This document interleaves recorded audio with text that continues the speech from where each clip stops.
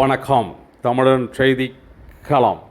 சீர்காழி அருகே திருமங்கையாழ்வார் அவதாரம் செய்த சுமார் 1500 ஆண்டுகள் பழமை வாய்ந்த குரவலூர் உக்கிரம நரசிம்மர் கோயிலில் நரசிம்ம ஜெயந்தி விழாவை முன்னிட்டு சிறப்பு ஹோமம், அபிஷேக ஆராதனைகள். திரளான பக்தர்கள் கலந்து கொண்டு சுவாமி தரிசனம் செய்தனர்.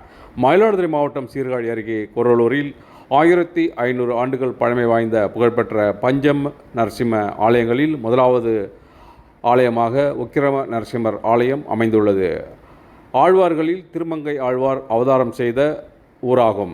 இத்தகைய புகழ்பெற்ற கோயிலில் நரசிம்மர் ஜெயந்தியை முன்னிட்டு உக்கிர நரசிம்மர் ஆலயத்தில் நவகிரக ஹோமம் நடைபெற்றன.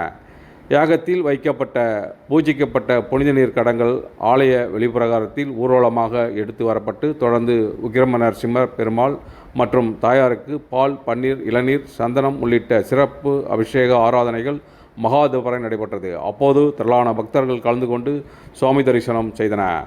விழாவிற்கான ஏற்பாடுகளை கோயில் நிர்வாகிகள், பக்தர்கள் செய்திருந்தனர்.